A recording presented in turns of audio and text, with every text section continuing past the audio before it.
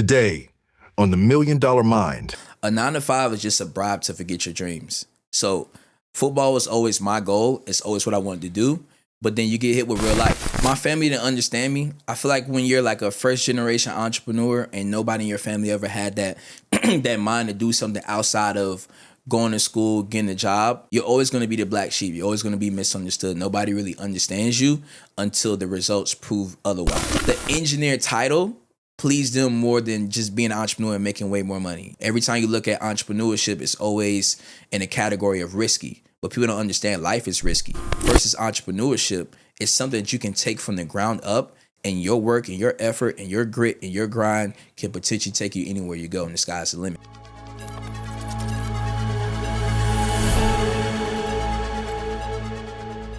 What if I told you that the discipline of an athlete, the precision of an engineer, and the freedom of an entrepreneur could all exist in one success story? What's going on, millionaires? It's your guy Kai Speaks back with another episode of the $1 Million Mind podcast. Another conversation about money, finance, and mindset, man.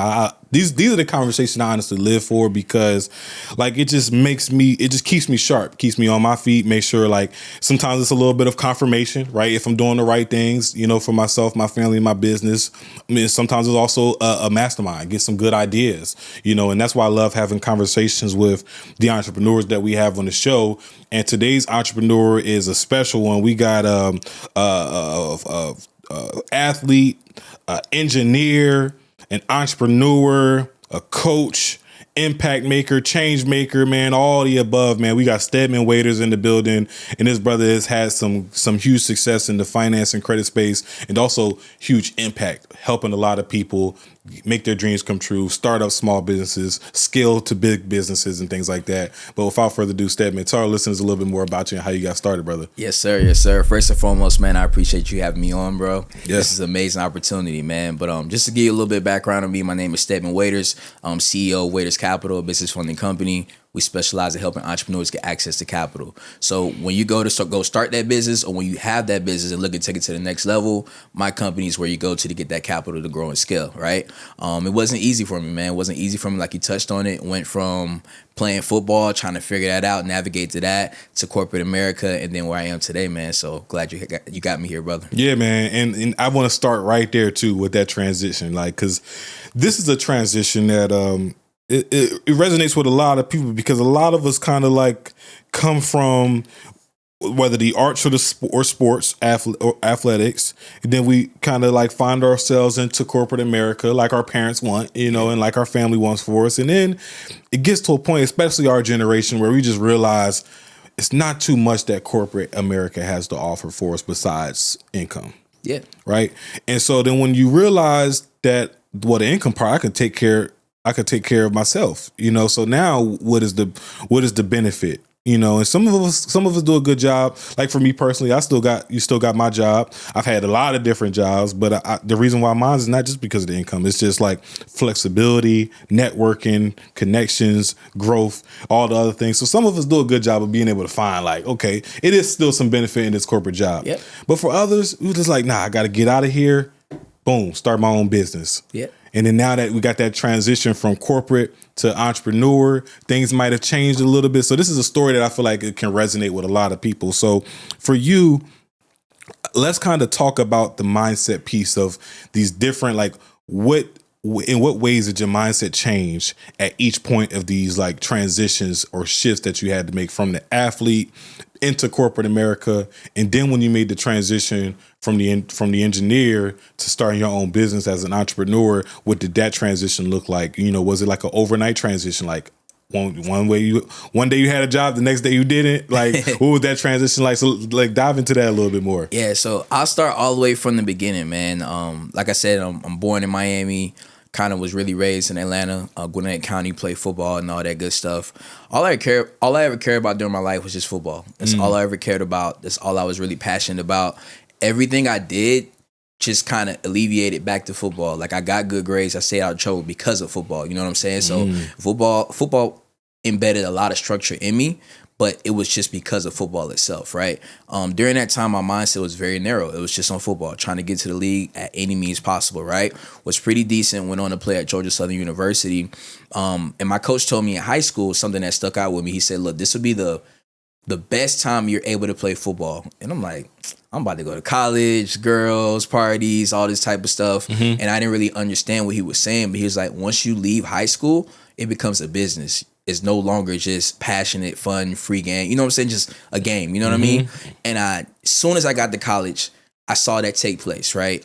Football completely turned into a business, but it was a good business at first as far as personal development, structuring you, waking up, early morning weights, different things like that. When I first got to Georgia Southern, one thing that a player actually told me was, make sure you take advantage of this opportunity and study something that's going to help you whether you make it to the league or not. Right. And I feel like not many people get that realism, that real talk when they're going to college, especially these different college campuses when you're playing football, right?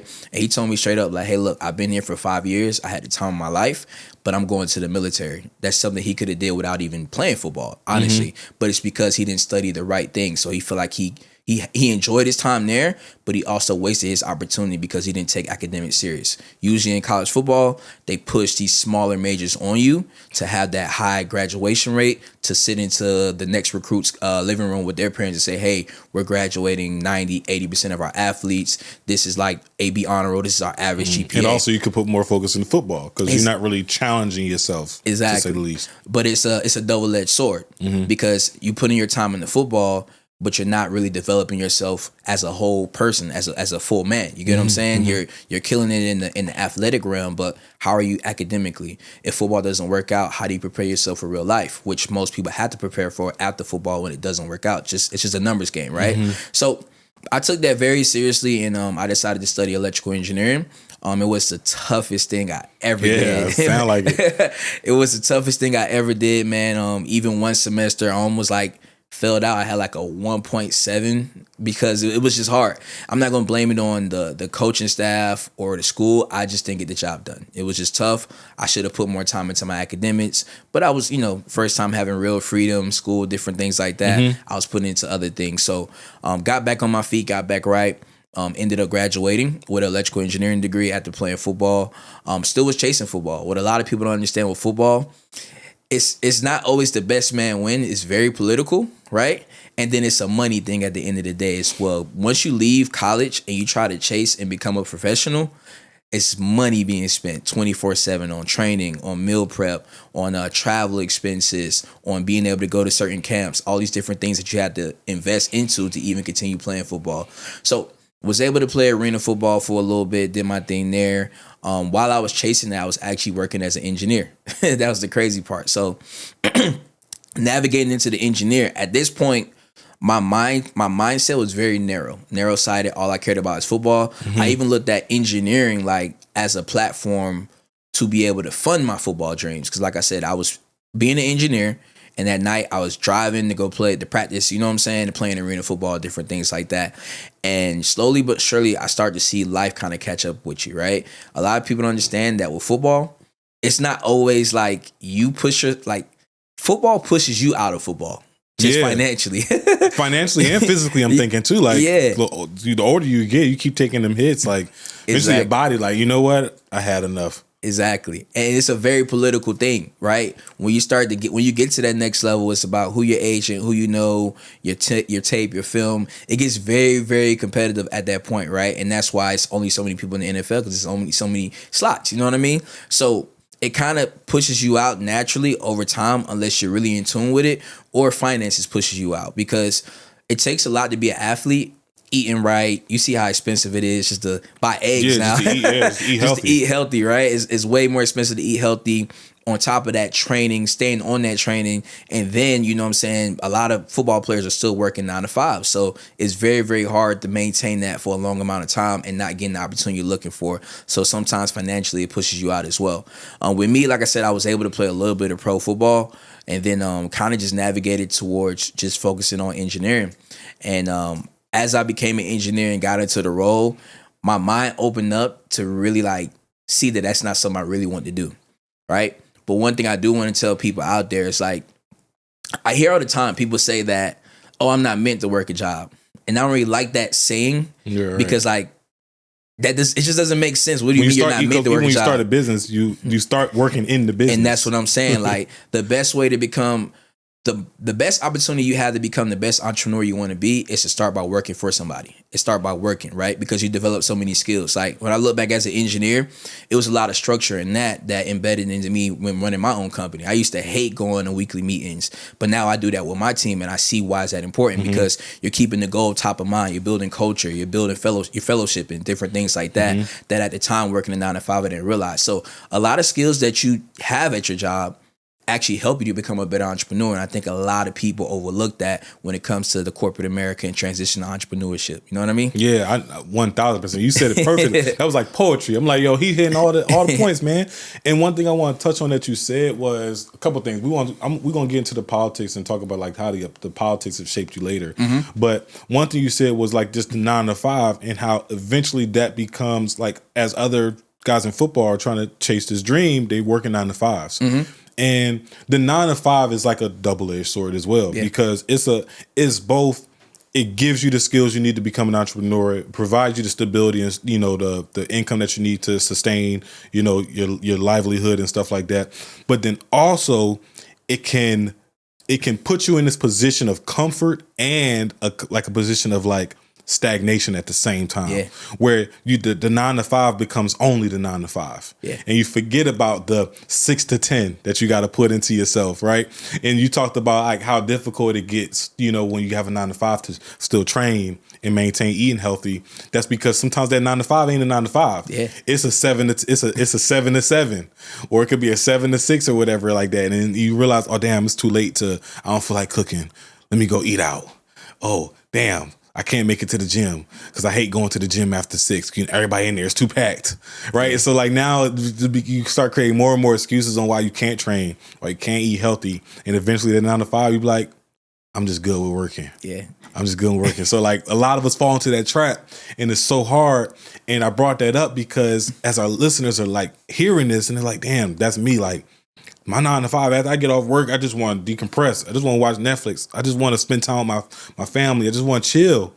What did you do differently? Like, how were you still able to keep that drive? I'm sure you was after work, you working on your business. Before work, you working on your business. Like, where did you still find time, and how did you prepare yourself to still put in that work for yourself? 100%. So it's a couple things I want to touch on with that. So one thing that hits home, just agreeing with you, and my mentor told me this, that's why I want to touch on it.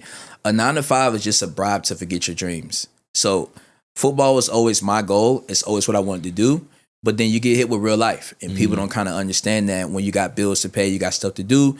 And if football's not paying you and you keep putting your time and money into something, it starts not to make sense. And then it starts to affect the people around you because you become more dependent on them because you're not making money. Now you have to ask mom and dad and pops and different things like that.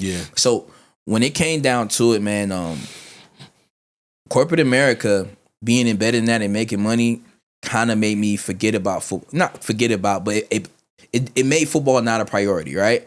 But one thing I realized in corporate America and what I did after my 9 to 5 was putting in work on my 5 to 9, right?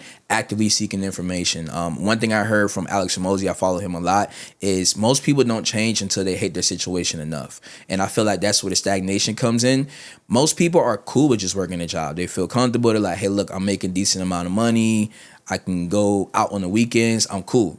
And sometimes when you're content, that can be your demise. That can really, you know what I'm saying, hurt you in the long run. But I wasn't happy with my situation. I feel like I was underpaid, overvalued, and overworked. You know what I mean? So because I did not like my situation at the time, I was striving, actively seeking how the heck can I change my situation. And I feel like some people don't do that. They say they want it, but they don't really hate their situation. They're at that point, you get comfortable. A 9 to 5 gets comfortable because it's the same routine. Like you said, you wake up, go to work. Most people at a corporate America job, if you working 8 hours, realistically, you're probably working 4 hours. Just be honest, right? You get in the routine of going home, eating, sleeping, you're tired, doing the same thing over and over again. You become very comfortable and stagnant in that. But me, I just wanted better for myself, man. So during that time frame, man, I was actually making calls, taking mentorships, learning, executing on information, networking with the right individuals to get me sent business. So during that 5 to 9, after work is where the real work begins. But it's a lot of cons that come with that as well.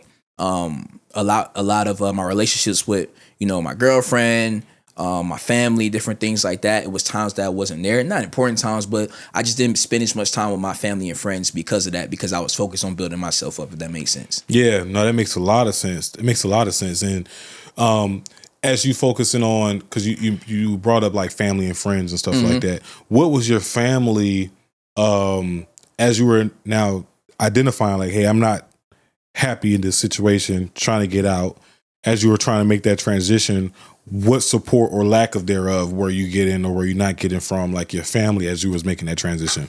Yeah, so I feel like my family didn't understand me. I feel like when you're like a first generation entrepreneur and nobody in your family ever had that that mind to do something outside of going to school, getting a job, you're always going to be the black sheep. You're always going to be misunderstood. Nobody really understands you until the results prove otherwise. You know what I mean? So it was one of those things where it was like, as crazy as this sound, the engineer title pleased them more than just being an entrepreneur and making way more money. You know what I'm saying? So them telling me like, you're meant to be an engineer. You don't went to school for 4 to 5 years. You got a degree. You're an engineer. You're an engineer. You put all the work in. This is you. They were kind of like, oh, the little business, and then giving me like, what else? What if it doesn't work out? Or yeah, you're making money now, but this is gonna last forever. You got guaranteed money at a 9 to 5. You just got to show up to chase something that may or may not work out. So I don't think they were the most supportive when it comes to like mentally boosting me up, saying stick at it. You know what I'm saying? But they weren't just saying you need to just quit, if that makes sense. Yeah.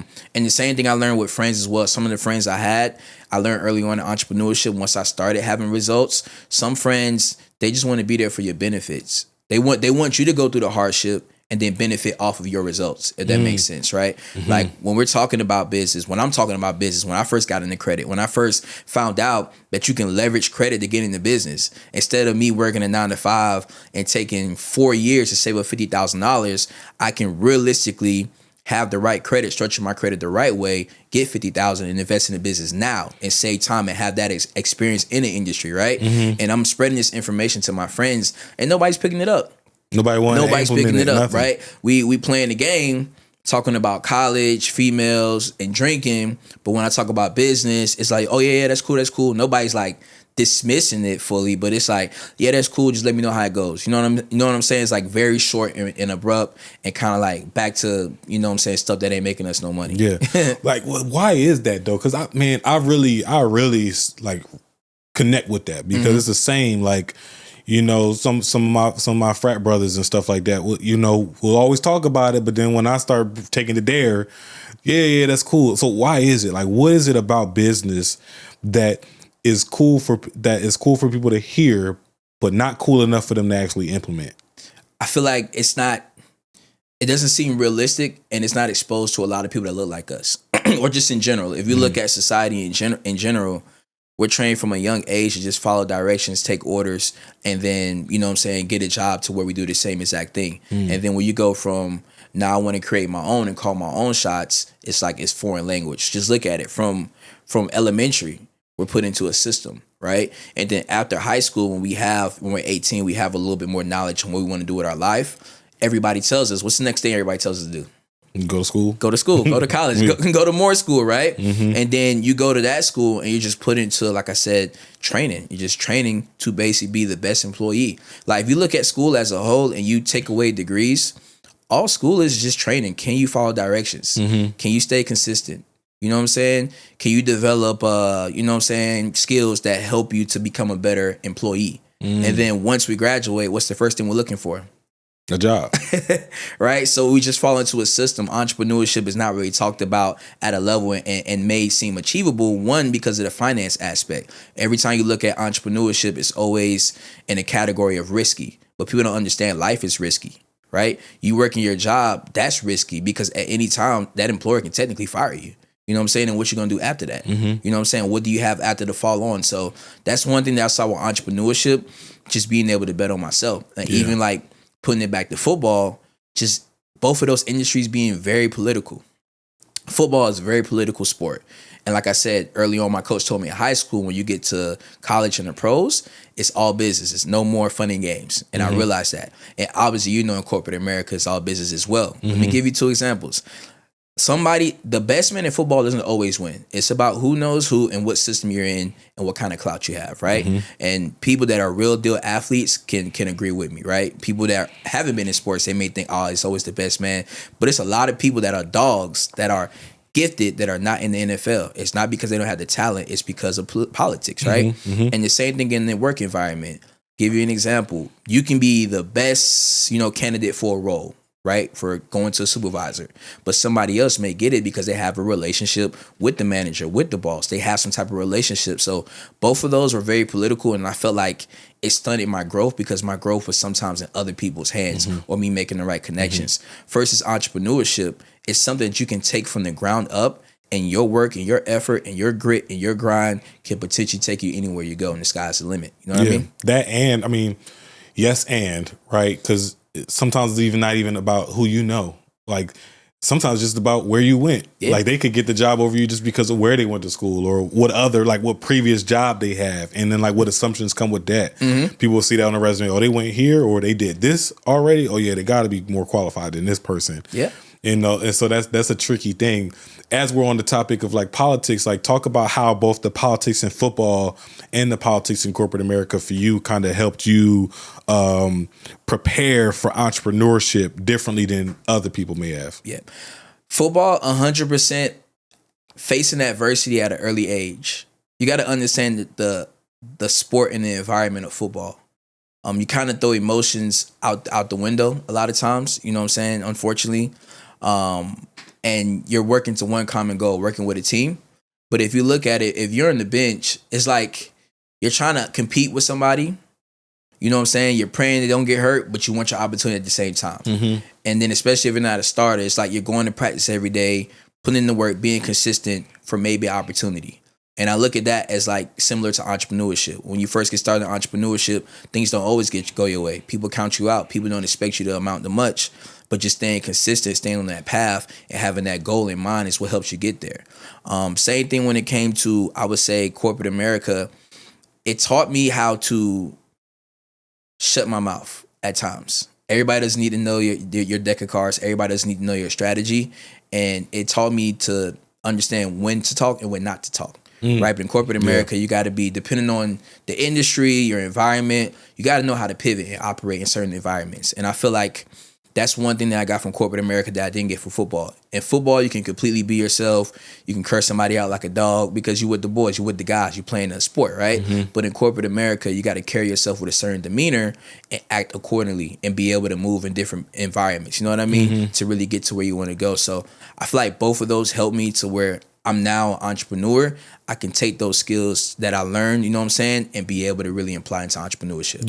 Yeah, no, that's real stuff. And like with you being an engineer, this little sidebar, because going back to like what your parents saying, like, with the title of being an engineer, like I'm just thinking of so many ways that like you're still an engine, like you're still being an engineer as an entrepreneur, because like it's just a different form. Like you're engineering so many different things right now, from systems to processes to, call it like really systems and processes all together, but then even just the overarching opportunity. Like you're engineering your life the way you want. You're engineering your business the way you want it ran. So like you still an engineer, man. Like that's dope to say. But how else does your engineering background really like influence now your approach to like business funding and operations of like operating a business and stuff like that? I would say strategy and thinking things out and running off of logic and not emotions.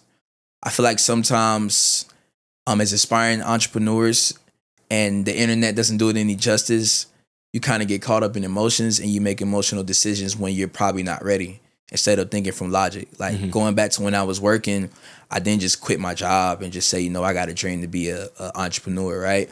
I invest into the right mentors, right? The right mentors, because the right mentors can make or break you. After investing into that, I executed at a high level and developed a proof of concept of what I was doing, and before I actually even left my job. Like I didn't leave my job until a year and a half later when I felt comfortable, right? So I felt like being able, like I said, to just orchestrate and being able to navigate through and think from a mindset of, does this make sense at this point, and really bringing that to the work environment was really what got me to the next level. And just I'm a nerd, man. Like processes, systems, stuff like that. All of that technical stuff that I got from engineering, I brought to business. You know what I'm saying? Being very detail oriented, being very structured, having systems in place, understanding my client acquisition. How is my client journey? When somebody opts in on our page, how is that journey before they talk to one of my reps? When my reps talk to them, how's that, you know what I'm saying? How's that situation? How's that conversation, right? And then once we're able to submit them to our lenders, how's that, you know what I'm saying, transition? Once we get our offers back, how are we closing these things? So understanding the whole spectrum, looking from a bird's eye view instead of from a personable standpoint. You got to be very analytic when it comes to business. Very, very, very much so. And so as you said electrical engineer you were, right? Yep. And that's what you went to school for. That's also what you got a job in out of college? Yep. Awesome. Hey, congrats on that. Being part of that percentage of people who do what they actually got a degree in, right? So what were you like actually doing as an electrical engineer? So I was working for a utility company. First thing I'm going to say, somebody may be in college and feel like this as well. Most of the stuff you use in college doesn't apply to the workforce. As crazy as it sounds, as hard as school was for me, I would say probably 85% of the stuff I learned in college did not apply to the workforce at all, right? So I worked for a utility company, and basically I was over Dunwoody, basically Atlanta, here in Atlanta, right? I was over Atlanta. I'm on the commercial side. So anytime brand new businesses were being built, I was in charge of basically developing the electrical grid to be able to get them power. So the transformers you see outside, different things like that, or even this infrastructure, this neighborhood, before it's actually built, we would come in as electrical engineer and build out the underground development of getting, power from A to B. You know what I mean? So that sounds pretty damn sophisticated right there. Nah, it just sounds like it, but it ain't that much, man. Right. He's like, I went to school for it. But it's back to your point though about like how school doesn't necessarily prepare you for the real world. That's real stuff, and because like in school, like it's just a whole bunch of theory. Like the workbooks, the curriculum is all people who like are like what they say, like people who like can't play the game usually end up teaching. Right. And so like for coaches, like the ones who didn't make it to the NBA or the ones who didn't make it to the NFL, they usually end up being coaches, right? And so the ones who didn't end up being in these positions, especially when you go to college, like I remember like because I went to school for business, and I remember like the biggest joke is like the business department full of a lot of non-entrepreneurs, like, and that's real. It's like they're just professors who got degrees in business and marketing and all this stuff, but like when it actually comes down to practicing it, I remember at my school, like I remember it was only one person, and he was so smooth, you could tell he actually had a business that he was running or had run outside of what he was teaching. Because like just the way he talked and just delivered it, half the time he didn't even tell us to look at the workbook, the textbook. It was all it was stories like, hey, this is something that happened. This is what we did. This is how we fixed it. He rarely told us to look at the textbook. And so when we talk about textbooks and stuff like that and learning, sometimes you just got to get out there, which goes to your point earlier on like why it is important to get that job, because sometimes you can even go to school for business and entrepreneurship, and it's all theory. It's all like, well, this you could possibly do this and you can try to implement that, but until you actually get out there and study under somebody, or you pay for a mentor and take their advice and stuff like that, you're not really going to know the real ways to succeed in business. 100%. That's one thing I always tell people, like experience over theory. 100%. Theory sounds good and what if sounds good, but it's different when you get hit in the face with it. You know what I'm saying? My coaches always say, yeah, we can practice, we can watch film all the time, but what you gonna do when Mike Tyson hit you in the face and you gotta react? You ain't got time to think. You just gotta react, right? And that's where the experience comes in, and really just building yourself up as an entrepreneur. Another thing I tell people is just fail fast, right? The quicker you fail, I know it's scary, but you get over that hump, you learn, you get feedback, you adjust, and then you're able to now do better. You know what I'm saying? So that's one thing that my mentor instilled in me that I learned. Like, I feel like a lot of startup entrepreneurs, they're in their head too much, man. They just thinking the what else, or I need to be perfect, instead of going out there and actually doing it, providing the value, and then letting that value of that experience pivot and show them what they should or shouldn't be doing. You know what I mean? 1,000%. 1,000. And plus, your trainer not Mike Tyson. So like you can train with your trainer all you want, but he not going to be able to reenact a Mike Tyson punch. Exactly. You know, in a non-sparring situation. So, you know, you just got to, like you say, you just got to get out there and just fight Mike Tyson. Exactly. so you said you went a year and a half before you left your job to pursue entrepreneurship full time, right? One thing that you shared that was so interesting, like, and is so real, and can be a reality for a lot of people, is that first 60 days in business. Well, that first 60 days after you left, or the first 60 days in business? Give me clarity on there. In business. So actually investing into a mentor, 25,000. I don't have no problem telling people that, right? Investing 25,000 I didn't have. I had to leverage credit to be able to do that, right? And then the first 60 days not really seeing results. In business, but still working a 9 to 5. And I'm glad you, because I'm over here thinking like, okay, you left your job and then first 60 days, it was like nothing coming in. So I'm like trying to figure out like, what did that look like? But now given that context, that's even more the reason why personally I think people should maintain their jobs while building a business instead of just kind of like leaving and just trying to figure out, because that's the easiest way to find yourself back at any old job, because it takes time to get the jobs that we're really seeking when it comes to like the type of growth we're looking for, the type of skill development we're looking for. Like, it takes some time to get those jobs. You just can't, it's not just something you can say, oh, I need to go back to work, and you just get another job, unless you're going back to the place you left and you left on good terms. But like, so let's talk about that though. You still at this job, so you still got some income coming in. So it's not necessarily a dire situation, but I can only imagine after investing 25,000 and not seeing any return on that investment for first 60 days, that could have wore on you a little bit. Where were your thoughts going? What did you have to maybe change to get out of that 60-day rut? I would say implementation. At this point, I had invested into a credit mentorship prior to, right? And it kind of taught me about business in general, you know what I'm saying? Understanding credit, leveraging credit, and that's how I was able to secure a little bit of funding for me. But then I invested into a coach in the niche I wanted to be in to give me like more direct, you know what I'm saying, help with something. So outside of that 25, you invested even more. Yeah, like before I invested at 25, I had already invested like 3,000 to get into business, right? To learn about business, learn about credit, structuring your LLC, all that good stuff as well. And I always tell people when it comes to mentorship and guidance, if you know what industry you want to be in, you want to learn from somebody that's actually in that industry. You don't want to learn from a master of all trades. You want to learn from somebody that's a master in one trade so that you can get direct access and data points in that industry. So I invested $25K, and I feel like it was the implementation on my part, just like getting into the 9 to 5 cycle, feeling like I don't have time, not really executing on things like I was supposed to. So within those first 60 days, I was like, damn, did I kind of make a mistake? But also, good and bad thing, my pride kind of got in the way, and I was like, nah, this is not me. And I kind of really just stuck with it until I started seeing the fruits of my labor. So it was definitely hard, man. Like, damn, I just spent all this money. I ain't made no money. Is this really it? Is entrepreneurship really for me? Thank God I stayed at my job, because I can't imagine spending that much money not having a job and not being able to even afford your payment or whatever the case may be, right? And that's why you never leave your bread and butter. Never leave your bread and butter until it makes sense, right? And then from there, just like, damn. But I stayed consistent, man. That's just the football in me, just because I'm so used to stuff not going your way and just putting your head down and actually working.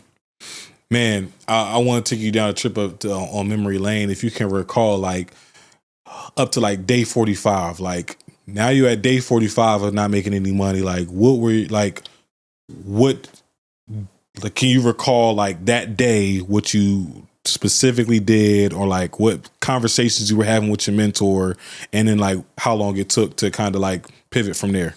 So what he did was give me a reality check of like, basically like, yeah, bro, let's get on the call. All right, what are you doing? Okay, cool. This is what my team is doing day to day, which was quadruple what I was doing. So if I'm saying I'm messaging, I'm DMing, I'm connecting with 3 people throughout the week, they're doing 3 people an hour. You know what I'm saying? Different things like that. So I realized that I wasn't putting enough effort towards what I really wanted. I thought I was working because that's what I thought at the time, but I didn't really know what real work looked like until I got a mentor, until they showed me accountability, until they showed me what real work looks like, right? And you start to see in business, it's a volumes game. It's an experience game, right? You're afraid to mess up with one person, but you don't understand that even if you're not able to close or do business with that one person, you get experience, you get confidence to talk to the next person. So it's a volumes game. So I saw that I wasn't outputting enough to be able to get business in when it comes to marketing and different things like that. And when he showed me that, it completely changed my mind. Like, okay, instead of talking to 3 people thinking I did something, I need to talk to 13 people. I need to really actively do this. How am I maximizing my time? Right. And that's when I kind of got on being on a calendar, and that changed my life forever. So up to this point, I never really cared to have a calendar. I wasn't really structured as far as that. Right. I went from playing football, them having the structure for me, to a 9 to 5 where you just show up to work. Right. But once I got on the calendar and I prioritized my development, I seen so much increase in amount of productivity, bro. Like actually mapping things out. Like during my lunch break, I'm going to go connect with this realtor. You know what I'm saying? During, you know what I'm saying, this break, I'm going to go cold call. During this break, I can take appointments. I can take sales calls. So I'm going to do it during this time. And once I had that structure inside of my job, like just in life in general, with understanding like I'm not outputting enough, I'm not putting enough effort to see this thing grow at a rapid pace, boom, it all clicked. Yeah, it's all the law of averages, like you said, volumes and experiences, and like that all averages out to the law, like the law of averages. Yeah. And everything has a law of average. Like even when it comes to like the ad spend, like you know that okay, it costs X amount of dollars per lead, Yeah. right? And then how many leads does it take to convert to an actual client, right? Yep. So then you know how much you got to spend in ads. So where you to your point, you was like, okay, how many DMs do I have to send to convert to a client, or convert to a customer? So it's all about averages. We learned law of averages. This goes back to my time with Ryan, right? Like when we was like selling the cable and the internet and stuff like that. It was like how many people you have to talk to in order to get that to that sale. Yep. And sometimes like. When I first started, I was like, man, I'm not getting anybody to say yes. And then the homie who trained me was like, well, Q, you only talk to like 5 people. Like I already done pitched 20 people. And so like now you learn a lot about KPIs. That's one thing that job taught me, was how to track KPIs and what metrics matter. And a metric that always going to matter is how many pitches did you make? Yep. And like a pitch can be in whatever form, a video call, phone call, presentation, whatever, email, DMs, right? But how many pitches did you make? And then you can take that to okay, I made 20 pitches and I got my first yes. Now I know it's going to take me about 20 pitches to get a yes. And then now you get to the nitty gritty of figuring out like, okay, how do we make that yes worth it? How much is this yes worth? To where, okay, this yes ain't really worth 20 pitches. So now maybe my ticket need to go up, or I need to improve my script or something to make that yes worth it, or make the less pitches to get to that yes, whatever the case is. And then to add to that, and one thing that I teach my team as well is like, what did that yes look like? Yeah. Who is that avatar? Where do they hang at? What kind of things are they like? What did you say on the phone? How did you communicate with them? Was it more of a soft tone? Was it passive? Was it more of aggressive? Was it straight up, neutral? You know what I'm saying? What was their goal? You know what I'm saying? Where do they eat, sleep? All these different things, all these different habits have more of your yeses. So now we need to focus on that to really get more yeses. Does that make sense? And that's what I teach as well. But it takes time. You see how like you explained it from time and volume? And I think people in entrepreneurship really don't understand. Like it's not you start a business day one and you get a client. It's going through trials and tribulation, developing that experience and really getting outside yourself. Like I really humbled myself. When my mentor told me that, it humbled me because I thought I was doing something the whole time. I was barely scratching the surface when I thought I was really doing work. You know what I'm saying? But it took him exposing me to the right information and letting me know, hey, you're doing this. My top sales rep is doing this. You know what I'm saying? You should be doing more of this if you want to see more of the outcome. And I realized that it wasn't the information. It wasn't, my circumstances. It was me. And I think that's where the mindset shift came from. Like, not looking at your situation as a disadvantage or why you can't do something, looking at yourself like, what can you improve to do better at something? You know what I mean? Yeah, that's a big part. Because as an entrepreneur, when you first leave, it's kind of like easy. You thinking like, oh yeah, like I got my freedom back. But like you really don't, I don't think people talk about that. You really don't get the freedom of an entrepreneur until like Just like how they say you shouldn't collect profits until like 2 years in business, 3 years in business and stuff like that. Like that's when you really not even collecting freedom as a profit, right? Yep. Like you're not collecting that profit of freedom for another 2 years, 3 years either, because you got to work in the business and on the business. 100%. And a lot of people, once they leave that job, they thinking, okay, now that means I could wake up at 10 a.m. and get started on the business. Or I could wake up at 10 a.m., eat breakfast, BS a little bit, go to the gym, and then don't start working on the business till 1 p.m. Like, what you just wasted so much time that could have been working on the business, where you literally came from an environment that gave you the structure of a 9 to 5. Yeah. Just because you are an entrepreneur don't mean you should throw away that skill. You got that discipline. Don't just throw it away because now you're an entrepreneur. And then if anything, you should embrace it more. If anything, you should be even more motivated. Like, hey, instead of a 9 to 5, I'm going to work 8 to 7, or I'm going to work 8 to 6, or whatever it is. Like, work a little bit later, extend your hours of operation. And that's one thing you kind of made me think about when saying, like, you put yourself on the calendar a lot more, like scheduling your time, because you took that discipline of like, oh, I had this job, like I need to stick to a schedule. A schedule is super important. What was your schedule like? When was your like peak hours? Like, I know like you had that 9 to 5. So let's say after you left the 9 to 5, what did your schedule start to look like? So honestly, I will always wake up earlier because I had a girl. So I would always try to spend time, you know what I'm saying? So what I would do is, if I knew I could only spend like 3 hours working on the business or 4 hours at home, you know, before I got to spend time with my girl, right? I would just wake up earlier. So if I didn't have to be to work till 7 or 8, I would wake up at 5, you know what I'm saying, to give me 2 hours or an hour or so of actually being able to work, right? Whether it's before studying, she get up and stuff like that. You know what I'm saying? Whether it's just studying calls, looking at recordings, replays, different things like that, or actually executing. So I actually started off in credit repair a little bit. So one thing I was doing in the morning with that was actually like mailing out dispute letters. I'll literally be in my office at home and I'll just be like wrapping up letters, and then I would actually drive to the post office, drop those letters off, and then go to work. And then during work, when it comes to my lunch break, I had a very flexible job. I would go out and network with realtors, CPAs, different people like that in the environment, because we had a work truck during work, so you could just go do your thing, right? So I would do that. And after work, man, it was crazy. You know, Atlanta traffic's crazy. In the car, I'm spending like an hour in traffic almost. Instead of listening to music, I was listening to replays from my coaches. You know what I'm saying? I was listening to coaching calls, and it'll be the same ones over and over and over again. And what I realized is like, listening to something takes more than once to really digest what they're saying. And me like listening to it multiple times, I'm starting to actually mimic and develop the thought process that he's talking about when we're doing our one-on-ones, when we're doing our trainings, to now implement that when I get time to.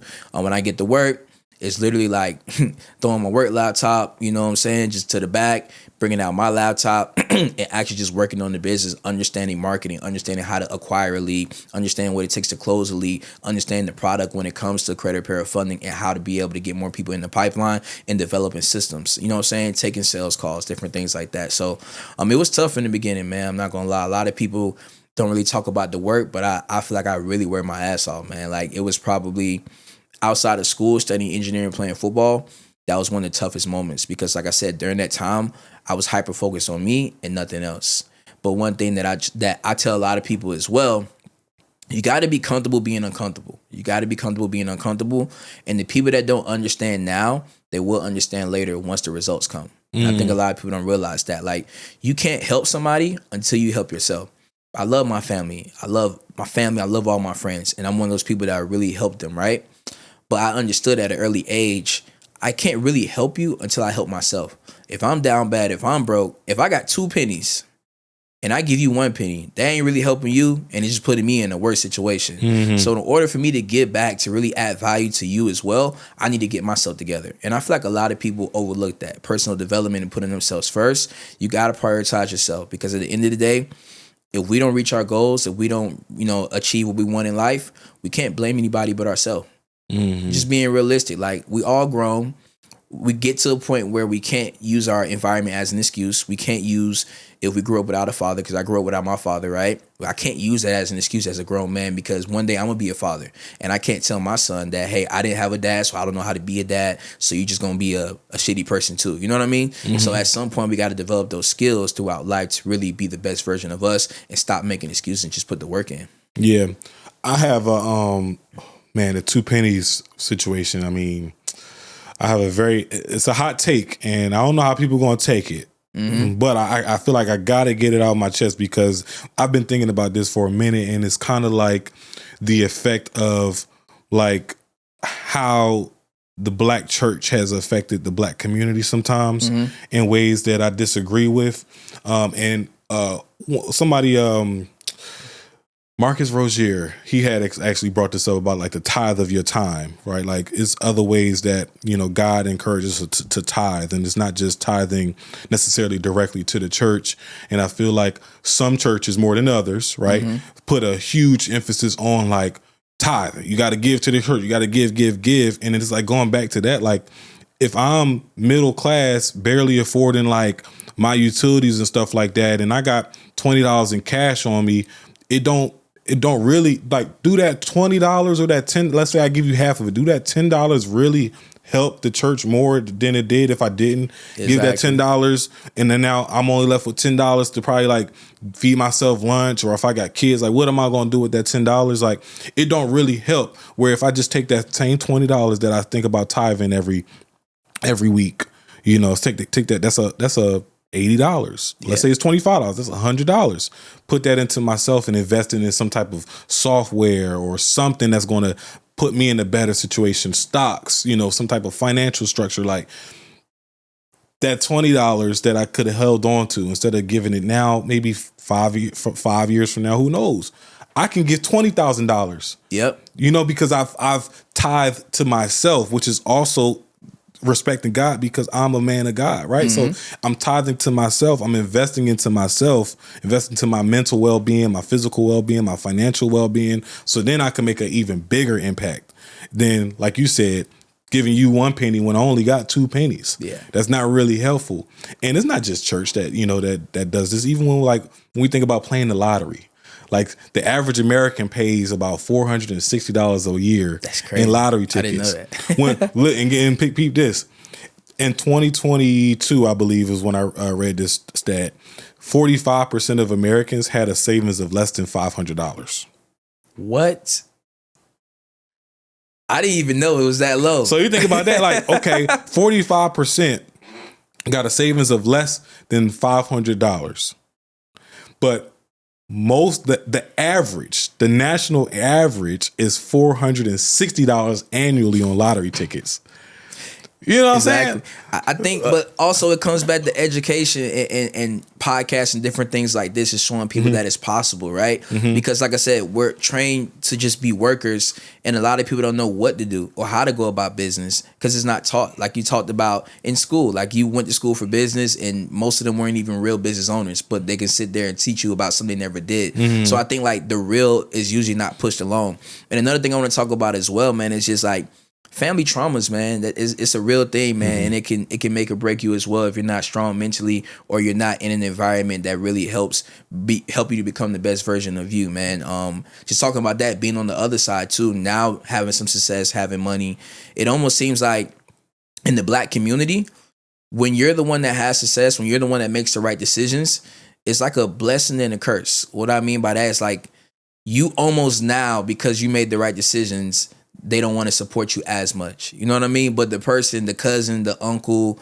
the sister, the brother that probably made the worst decisions, they get the most support. They get the most, attention from family as well. So I feel like that's one thing that got to change in the black community as well. Just because somebody makes it out and makes the right decision, yeah, they may be good financially, but they still need your support. They still need your love too. You know what I'm saying? I feel like 100%. In the black community, that one thing that kind of gets overlooked, man. You make it, and it's like, oh yeah, they good, but nah, I still got emotions too. You know what I'm saying? In the mental, like, like you said, like it ain't easy. You said that was the hardest year you ever had worked. Yeah. Like all that work, like I'm sure you was going through some type of like struggle mentally. Yeah. Like so, just to get a phone call from somebody like, I'm super proud of you. I see you working. Like that right there is some support. Yeah. Like that right there is super helpful. And you're right. Like people do look at like, oh yeah, I see him posting his little business and he shared this success and like, Yeah, I made a couple $1,000s, but I'm not. No, that don't mean I made it, right? Yeah. I still need a little bit of support. I still need you to kind of like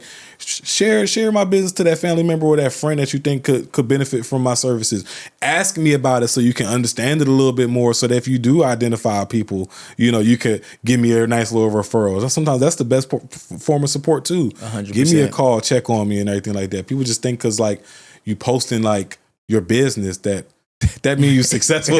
like, no, I'm posting my business so I can get sales. Yeah. I need to make it happen.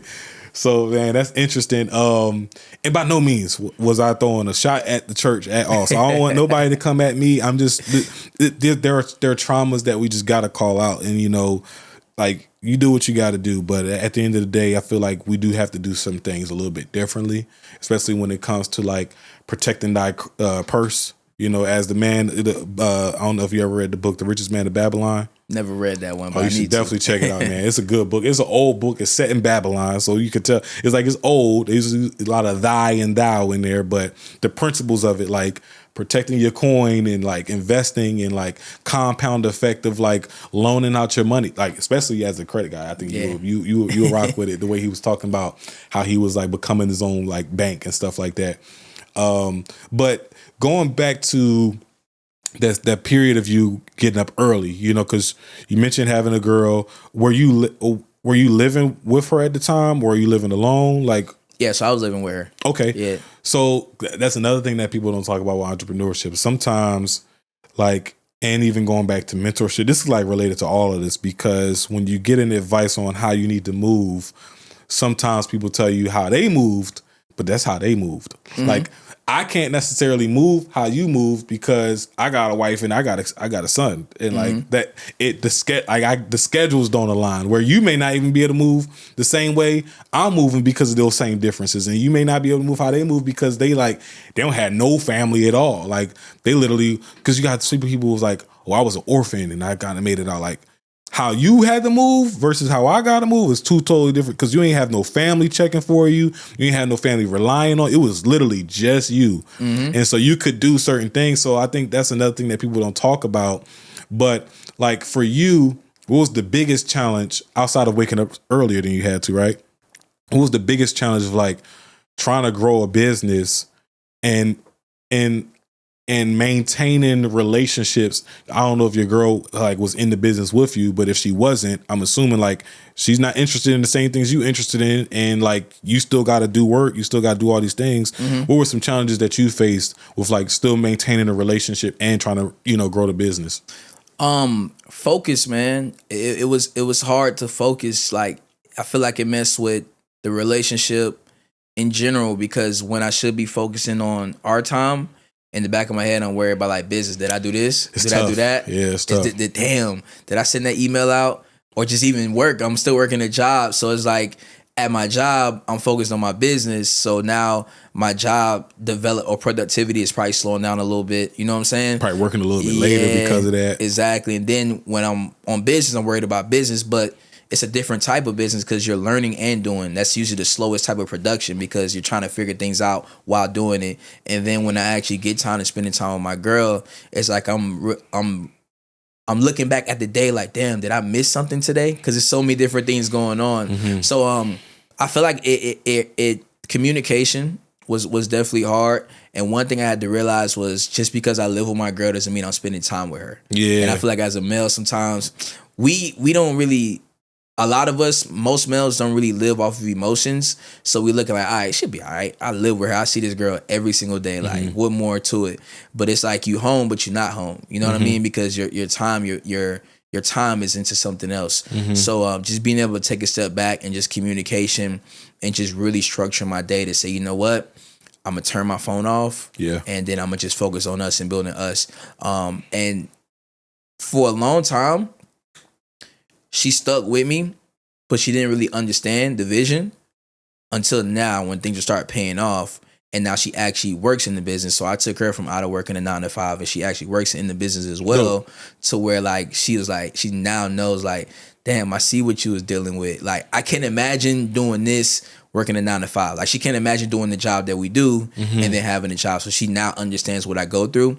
And then it kind of paints the picture. If you have a really good spouse and you really say this is the girl I'm going to be with, let them into the business. It don't have to be fully into the business. You know what I'm saying? Just depending on how your spouse is, but let them see how the business is ran. Let them know what you go through day to day, because it makes them understand more what you're going through on a day to day, if that makes sense. Yeah, right? no, that makes a lot of sense. And sometimes experience is better. Experience is a better key understander than communication. So I could tell you what I'm doing, but if you never been in it, you don't know what it's like. But if I say, nah, you know what? You're going to work with me today. And you're going to see all the texts, all the emails, all the calls, everything I have to do in a day. And now that helps people to understand what this person usually go through on a day-to-day basis. You know what I mean? Mm-hmm. That's actually a really good point. That's actually very valuable too, because sometimes like your spouse may not want to they may not be interested in like being in the business to a certain extent, but like you showing them, like taking a moment, you know, to show them is a good way to help them see it. And like going back to what you said about like guys being less emotional, is like, I wouldn't even say that we're like, well, we do tend to be less emotional, right? But it's more so like just lower maintenance too. When it comes to like a lot of like, me personally, like when we talk about love languages and stuff like that, my main one is like quality time. And quality time as a guy looks different than quality time as a woman.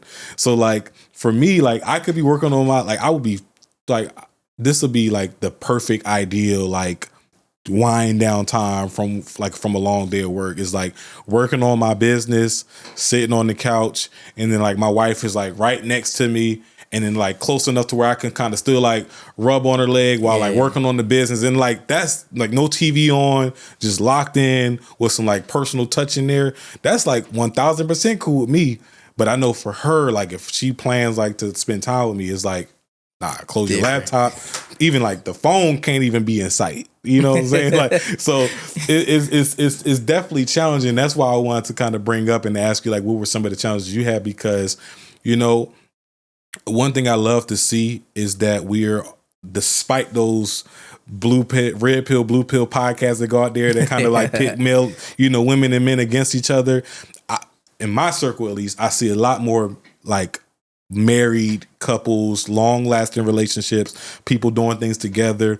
And so this is a real challenge that people are going to start facing. Like, hey, we're in this relationship, we're married and stuff like that. I'm trying to build a business. You might be trying to build a separate business. What does that now look like of us trying to build this business, or me trying to build a business and still having to, you know, uphold my promises that I kept to you and stuff like that. It's tough. It's challenging. It's not easy at all. But how do you feel now that she is in the business? That's pretty dope. How is it now for you working closely with, are y'all married? No, we're not married yet. So how is it now like working closely with your significant other? I'm gonna give y'all the real. It's a blessing. It's a blessing and a curse. You know what I'm saying? Because I'm not a big proponent on hiring family outside of my spouse, just because like depending on family personalities that can go sour, and that's a weird conversation to fire family, even though sometimes it got to happen, right? But working with my girl, man, it's an amazing thing, because it's like I'm seeing me in her. You know what I mean? Like I'm seeing the growth. I'm teaching her. You know what I'm saying? And my girls are very like, she's not prideful, but she's like kind of prideful, right? But like I can just see. Nah, she's not a Taurus. It's like a Taurus. You know what I'm saying? But it's a great thing. But I just gotta like tone down on being an a-hole. Like I'm like, in the work environment, I can be an a-hole. Okay. As far as like how you talk. You know what I'm saying? Yeah. Not so much like I'm finna bash people, but if we in business, and I think it's just the football in me, if you messing up, I'm gonna say, yo, bro, you messing up. Like we gotta pick this stuff up. And sometimes with your spouse, you can't really fully talk like that in that way. So that's where like the 9 to 5 comes in, is like, before I say something, how should I really alleviate this so it doesn't get taken in this way? You know what I'm saying? Yeah. Talking to females, sometimes you gotta take a different approach in communication. But especially when they're your significant other. Exactly, right? Because it's just weird, because like we got other employees as well, so it's not like it's just me and my girl. So it's like trying to keep that professionalism, but also it's like that's my girl. But overall, man, it's been good, just because like she's been a sponge. Most people are not a sponge. She's actually helped me to grow the business. She understands the business. So overall, it's been good, but it's just weird, just because, like I said, when those conversations happen, or if we on bad terms, it's like I tell her straight up, look, this is different. It's a difference between business and personal. If we went on bad terms last night or something, we still gotta work. Yeah, we still gotta work. We still gotta work. We still got business to do. You know what I'm saying? But that doesn't really happen. But it's a good thing, man. I feel like when you find the right person that actually understands and wants to build, and they don't want to necessarily lead. So working with my girl allows me to lead 24/7. You know what I mean? So like, there's nothing wrong with your spouse going to a job and doing different things. But if you're able to bring your spouse into the business and they understand the business, you guys align goals and they see like, this is our bread and butter. And I feel like that helped me. Like, when you want a new purse, well, this is how your new purse is get made, by bringing more revenue to the business. You know what I mean? Different things like that. And when you align both, it's a powerful, powerful thing. And we grow in the business. Because my girl never knew anything about entrepreneurship. She didn't care. But now that she's in it with me, she becomes passionate, and it helps us connect on a deeper level as well. Because now I'm with you 24/7 throughout the day. You see my struggles, I see your struggles. We're helping each other. We're talking about the business after work. We're now, spending time with each other on a more personal level. So it can be a very, very good thing, man, when you find the right spouse and the right person that actually adds value to it. But I don't feel everybody should work with their spouse. But if you guys have a good a good personality mixture, and that spouse has very good skills that can add to your business, it'll definitely be a good thing to bring in. Yeah. I mean, definitely not everybody should work with a spouse, but I think a good, even like if you do have like some clashes and like personality and stuff like that, it's still worth it because like, that's like, who else? Like, that's like, because you said not doing business with like family, like that's more than family, because your spouse already like a business partner anyway, because like, y'all both, even if y'all both got jobs, y'all both bringing in finances to the household. Yeah. So like y'all both are like partners in the family business, because we want to be real. The household is a business. Yeah. Right. And it should and could be ran like a business, from like how we manage it, operations, like schedules and stuff like that. It's a business, to say the least. It's a little bit less of an emotional way to put it, right? Because, they wouldn't necessarily put it that way, but it's a business. And I feel like spouses should work together, because like y'all with each other all the time. You spend the most time about it. And then there's a great way to make the one person feel less guilty about thinking about the business, because y'all in business together. Yeah. So like y'all could talk about business, and then you have there times where you're not talking about business, but it's still like, I think it's a blessing, like more of a blessing than a curse. As we transition to like the mindset shift, we kind of touched on mindset shifts a lot, throughout this journey that you put us on, Stedman. But like for you had mentioned earlier about like the freedom, and the freedom of entrepreneurship coming with a price. Elaborate on that a little bit more. Like, what price did you have to pay, and like what price usually comes with the freedom that people want? When we say like, I want the freedom of an entrepreneur, like what does that price tag look like? Stress, late nights, adversity, trauma. It's a lot, man. Like, before you start to see the freedom, you go through all this other stages before that. And that's why I think that people don't understand. It's not like you start a business and you get your time back. It's so many things you have to do. You have to replace yourself before you even get close to getting your time back. And through those phases, you know what I'm saying? You experience so much from loved ones, from the business, from people you come in contact with, while learning, while still understanding yourself. Like, I came from football, where I was put into a system, to now working. I'm just not really understanding myself as a person, because I was always identifying myself with football, right? So that mindset shift, I just feel like it's just like being able to look at the bigger goal. One thing that I think people don't do enough of is think bigger. Yeah. Everybody wants to build a side hustle. Everybody wants to say, okay, I want to make my first 5K. And 100%, you should tear yourself out like that. But think bigger. Why not make your first 5 million? Right? The same work you put in to make 5K, you can put that work in to make 5 million. You know what I'm saying? So just thinking bigger and not allowing your mindset to limit you because you've never seen somebody next to you do it. That is not possible. You know what I mean? And then going to freedom, it's just replacing yourself within the business. The biggest way to get your freedom back is by scaling your business, which goes back to thinking bigger. Instead of you working all day, every day to make 10K a month, why not hire somebody else, right? That can take over a duty or role of yours. Now you get a part of your time back, and then that person brings back more revenue to the business. When people look at hiring, they look at, oh, this person too expensive. But hiring that top tier talent can bring more money to your business. You know what I mean? And it takes the weight off your shoulders. So just switching and thinking of what if it does work out instead of what if it doesn't work out. I feel like in entrepreneurship, especially in the beginning, a lot of people are scared. They're terrified to make the wrong decision. So they work off of fear instead of logic and being optimistic in what's going on. You know what I mean? But just switching the way you look at things. And then the biggest thing, man, I want to talk about, which would be like a gem that most people know, but they don't really know, they don't understand, is focus, man. Focus was the only way I was able to get myself out of my 9 to 5, because the calendar, the structure, I was able to focus on actually building myself. Most people wake up, like you said, as entrepreneurs, they don't even know what they're doing for today. They looking on the gram like, okay, I'm gonna just post this and I'm gonna wait for some business to come in. When not, in business, you gotta be passive aggressive and going out and getting business. Yeah. Business just don't knock on your door, especially starting out. You gotta go get it. You know what I'm saying? You gotta go be cold calling, running ads, marketing, whatever your client acquisition is. You need to be hyper focused on getting that down pat. And then once you understand that aspect, moving to sales, how you convert these interested people, these leads, into a client. You know what I'm saying? What's your sales process? What's your sales conversion? And then being able to fulfill. And that's what I think people don't understand, is building that out to then be able to build a system. That's how you build a real system, and then being able to replicate it within other people, and that's how you grow the business. 1,000%, 1,000%. And then like touching on like when you hired your first employee, like what was the strategy used to? I'm sure it was a scary moment. Like, this is the first employee I'm about to hire. Like, am I going to be able to pay them for like long term? Like, what was the strategy you used? Did you purposely, or did you intentionally, I should say, go after like a credit card that would like be their salary? Like, what was your strategy for hiring that employee? So my first actual employee was actually at my job. It was a virtual assistant. So it wasn't even somebody that worked here in the United States. It was an American. It was a virtual assistant that I paid $500 a month. So it wasn't like a crazy amount. You know what I'm saying? It was more so me understanding how to have an employee, how to keep an employee. You know what I'm saying? So that phase is a little bit different because it wasn't as big of an aspect.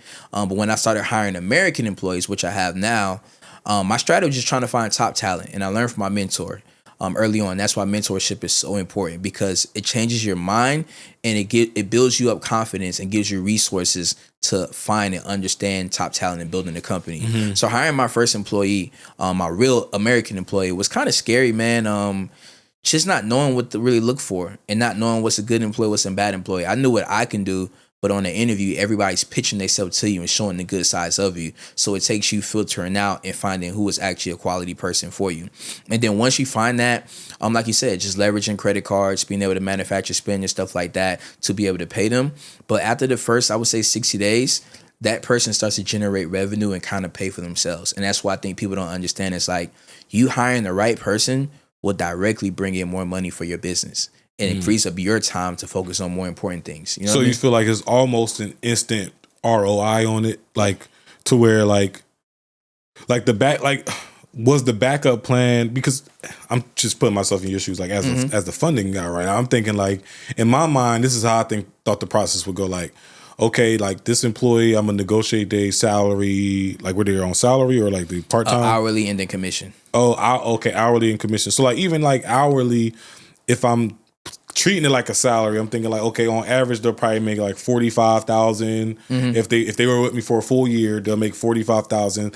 In my mind, I'm thinking, okay, I gotta secure 45,000 as far as funding, so that way I can like know for a fact that they got to pay. Or at least 3 months, like a trial period if I'm going with them, that they got to pay, and then we'll see what happens. But like, you telling me it's like a little bit different than that. So you shouldn't hire employees until you develop a proof of concept, right? And then your business should justify you hiring an employee. When you're drowning, when you're like, I'm getting too many leads, it's too much going on, I can't really handle. That's when you have a bottleneck in your business and you need to hire an employee to be able to scale and grow the business. So now you just shift those leads over to that employee, right? And give them a commission structure. Hey, off of how many deals you close, this is how much you're getting paid. So now they start to generate more business, because now you can still work in that role as far as like closing deals as well, but that employee can as well. So now you're able to take on more. You know what I'm saying? So don't look at it as an employee as like I got to make sure I secure their salary. Look at it as like they're bringing more money to the business, and now I'm able to take on more people to really, you know what I'm saying? Because they're going to, eventually that employee is going to justify themselves. Like they're going to be able to pay themselves with their work. So now all you got to focus on is continue getting leads in the door and being able to take on more leads. You know what I'm saying? Right. So your first employee, your first, not your first employee, but your first American employee, or I guess high talent employee, wasn't necessarily somebody that was doing work. This is somebody that's bringing in revenue. Yeah, it was a revenue driven role. Right. Yeah. So that's all. So when we talk about strategy, that's probably part of the strategy too. Like you want them to be high talent, but also revenue generating to make sure to ensure growth of the business. 100%. Not necessarily like, because I know some people when they thinking about employees, they just thinking about somebody who can just do the work that they can't do no more. And sometimes that's not necessarily revenue generating, but it is helpful. Like for our aspect as a media company, like. We have a lot of clients, and it's not necessarily a lead management issue. It's a volume issue on like editing, right? And so, well, I guess that does generate like if you can edit more, then you can bring in more clients, right? I think I got you. So that's a CEO issue, right? Yeah, that's a CEO issue. The reason you should be hiring and outsourcing is to buy more of your time back, not to chill, but to figure out how can you get more leads through the door. right. So when I hired an employee and they were able to take more sales calls, now I was able to handle more. You know what I'm saying? I was be able to figure out more marketing and also take sales calls. So instead of me doing the marketing and the sales, I now focus on the marketing to bring more sales there. And when that person's overflow, I can still take sales. So now you got 2 steads instead of 1. You know what I'm saying? And replicating. So when you outsource and hire somebody, it's not saying you got your time back to be at home, sleep, or like, work, you know what I'm saying, work later or wake up later. It's more so being able to prioritize more avenues of the business. And that's what people don't look at. Like as a CEO, how you grow your company is by working on the company, not in the company. And what keeps small businesses small is that they're working in the company and they're limited minded. They think that I can't afford to hire somebody else because I'm gonna take home less and I got bills. When in reality, you hire somebody to take on more and take weight off your shoulder. Now you can focus on more generating skills. You know what I'm saying? Bringing more revenue to the business. So as a CEO, understand where the bottlenecks in your business, hire and outsource, or the things you hate doing. If you know you don't like editing, hire somebody to do that. But you need to focus on what you like doing and bringing more business in the door. If somebody's editing and doing the filming, then you need to figure out how the heck can I get more people on my podcast? You know what I'm saying? And so your role just shifts to an easier role where you don't have to stress as much and maybe it's not more as labor intensive. Right. But you don't just take yourself out of the business and say, hey, I'm done. You know what I mean? Right. No, that's a great point. And so now as we shift a little bit, Stead, like I've always said that every business has a moment in time where they go through that valley of disappointment. You know, like that U curve that goes like this, like from the moment you start the business and then it like kind of like shifts down and then the boom, it skyrockets up. But like from the moment you start to the moment it start to shift back up, there's like this valley of disappointment. So for you and your business, like what was that valley of disappointment? What did that look like? How did you get yourself back up into that I guess that upward trend? I would say marketing. Ironically, entrepreneurship is just like business as far as like you get comfortable. So when you're making money, when you're used to making $50K a month, it becomes comfortable. At $50K a month, you can basically take care of most of your needs depending on what type of lifestyle you're living, right? You get comfortable doing that. But then when you want to grow, you're stagnant and you got to understand that the things you were doing to get to 50K are not the things that are going to take you to 100K. So it's getting back uncomfortable, understanding, spending more money to be able to get over that hump. And that was kind of a marketing bug with us, right? We were just running ads heavily and depending on ads and thinking, okay, we increase the ad spend, we're ironically going to make more money, but it doesn't always work like that. So then we started implementing more affiliates, active outreach, getting people to send leads to us. You know what I'm saying? Those are technically almost free leads. You know what I'm saying? So having other avenues to bring traffic in really to help build the business up. So that was one thing that I saw, like just being comfortable and instead of like rising, just flatlining. And it's like trying to figure out what is the problem, what is the issue, and it all leads back to marketing. You know what I'm saying? If our sales conversion is around 35%, that's not bad. You've been in sales, you know what I'm saying? Well, okay, how can we get more qualified leads through the door to be able to close more deals, fund more clients, and different things like that? Yeah, 30% conversion is a hell of a conversion. You know what I'm saying? That's a great conversion. Like, yeah, but people that are not in sales and don't understand entrepreneurship, they think that you got to sell 80, percent, and that's unrealistic for most people. You know what I'm saying? So just having a decent conversion rate from lead to client and different things like that. Yeah. That's like going back to 30%. I don't know, people might think that's low, but that's like every 3 people that you pitch, like you almost getting like 1 for every 3 that you pitching. Like that's pretty good. Yeah, okay, so because we talk about law of averages, we talking about like 20 and stuff like that at the beginning, and that's that's the key metrics that people talk about. So like a lot of people will teach you how to hustle, but one thing I'm gonna tell young entrepreneurs out there: just always think big. Like don't think about, like I talked about, how to make your first 5,000. Think about how can you make your first 5 million. Structure your business from day one as an actual business. You know what I'm saying? Don't just be side hustling, because you get in that mindset, you stick in that mindset, and you look 10 years and you've been making money, but you've been working like a slave too, because you haven't built the proper systems out. You haven't hired the proper people. You haven't put yourself in a position to remove yourself from the business. Right.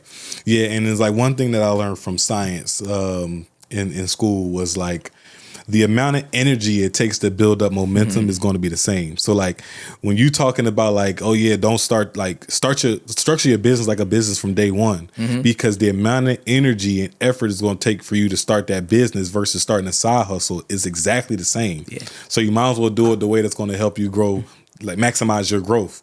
Same thing with the revenue. Like the amount of energy, if you starting from zero, the amount of energy it takes to get the momentum to get to 10K months versus getting the 100K months is really the same. Yeah. I heard Myron Golden say this too, like say the same thing. It's the same amount of energy, same amount of effort. Like if you're really doing it, it's the same amount of effort.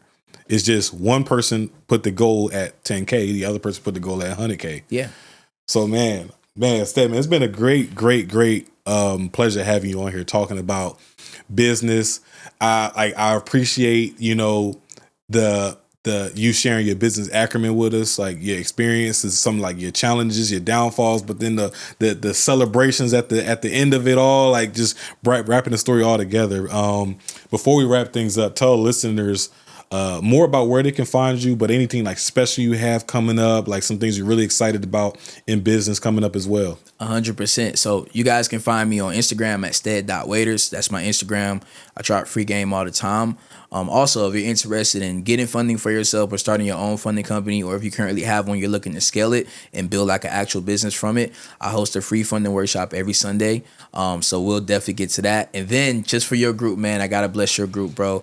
Everybody on here that comments engineer below this video, you're going to get a free credit union ebook about all the credit unions that we use in my funding business to be able to get our clients anywhere from 50 to 100K in funding, man. So, man, that's dope. That's a hell of a free gift right there. Hey, I'm gonna even add on to it, man. For anybody, like he said, who comment the word engineer on top of that free ebook, I'm going to even give y'all a free templated content calendar. So once he help you scale your business and get the funding, now you got a sequence of content you need to be putting out from blogs, videos, social media videos and posts, and a schedule on when you need to put it out so that you can get the leads and start getting them DMs popping. Yes, all right. Sir. Before we let you out of here, Stead, one more question. Like, what's one question that you wish someone asked you when you were first starting out?